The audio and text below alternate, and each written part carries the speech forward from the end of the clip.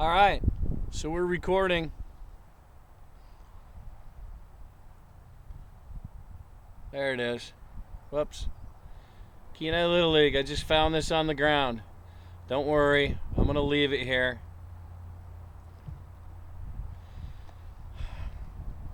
I could count the hours that I spent here, but it would be a lot, and it would take a lot of effort. From coaching my son and other players and running the snack shack for years, this has been a place that has a lot of memories. My wife would say that in the summertime, this is the coldest place on the whole peninsula. Today is an exception to that. It's breezy, but it's really, really nice. It's our last week. So, lawnboy, he's got a boxer. He's got a cool nickname. Likes it when everything works out like that. Chapter 11. Business and the art of creative misrepresentation. Well, you know what it means to be creative, and you basically know what it means to misrepresent something. And all of you are just brilliant at creative misrepresentation, especially when your parents ask you something and you don't exactly want to tell the entire truth. It was still raining softly that afternoon as I pedaled home from Arnold's, but the sun was coming out and I knew we'd be able to work the next day. I told Arnold what had happened with Rock. He nodded. As you become more successful, you'll attract more attention, good and bad. It's a fact of business. It was good that Mr. Powdermilk showed up. With our unique situation, it might be difficult to call the authorities. Are we breaking the law? Not at all, not at all. But it might be difficult to explain how all this could happen without your parents knowing. I watched as Joey Powell waved, got in his station wagon, and drove away. I'm gonna tell them, I'm just waiting for the right time. Soon. The right time should be soon. I nodded. Maybe tonight. And just for the record, I tried.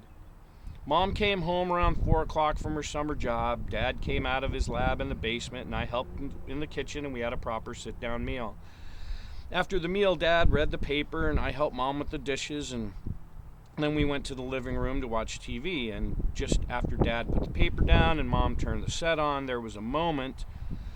Mom, Dad, they both looked at me. I've been mowing lawns.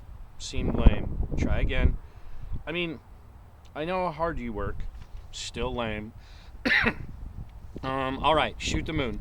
Mom, Dad, if you could have anything you wanted, anything, what would it be? Mom looked at me. Is this a game? No, seriously, anything you wanted, what would it be? She frowned, thinking, well, I would hope that you would have a happy and fulfilled life. No, I mean stuff. Is there any stuff that you would want? I looked at Dad. Same for you, anything. I'd agree with your mother and hope that you have a good life. I have a good life, I thought, and I have over $50,000. Thanks, both of you, but hey, like I said, stuff for yourselves. Isn't there anything you would want? They looked at each other and shrugged.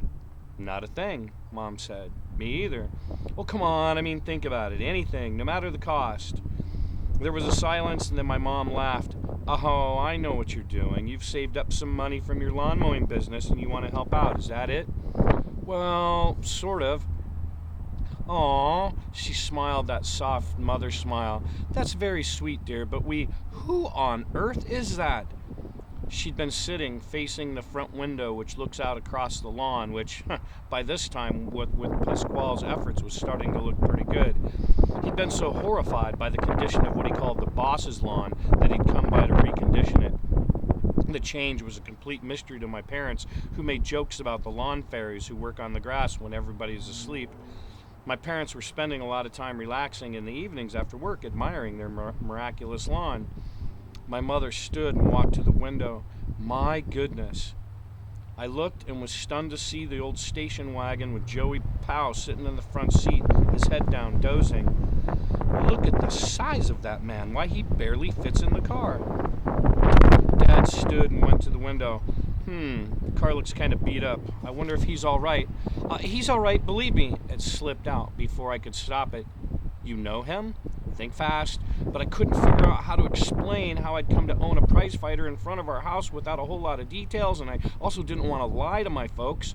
Well, sort of. I know him from the lawn jobs I've been doing. He's a good guy. I'll go see what he's doing here. I was out the door before they could say anything. Joey. Yes? What are you doing here? I thought I'd spend the night here to make sure Rock's people don't find you.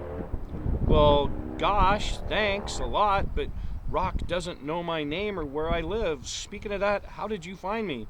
I followed you on your bicycle. Oh, well, look, okay, I don't need any help right now, but thanks. And besides, shouldn't you be getting sleep for training? I mean, when's your next fight? 6 days, next Saturday night. It's on the list they send sponsors.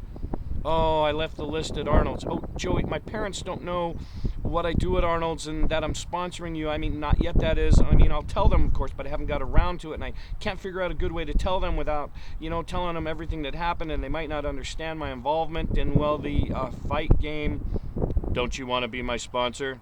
Oh, no, that's not it. I'm glad that we're working together, especially after today, and thank you again for that. No problem. Is your fight next Saturday on television? I think so. Can't you come to the arena, though? The sponsor should watch the fight in person. It would be hard for me to get there, but I'll watch it on television. I really will. I'm rooting for you, Joey. I just know you're going to win. I can feel it. Now, go home and get some rest and concentrate on your training. You only have 6 days to get ready. I still worry about Rock. I'll be fine, really, and thanks for everything. He looked at me. I'll be fine. He nodded.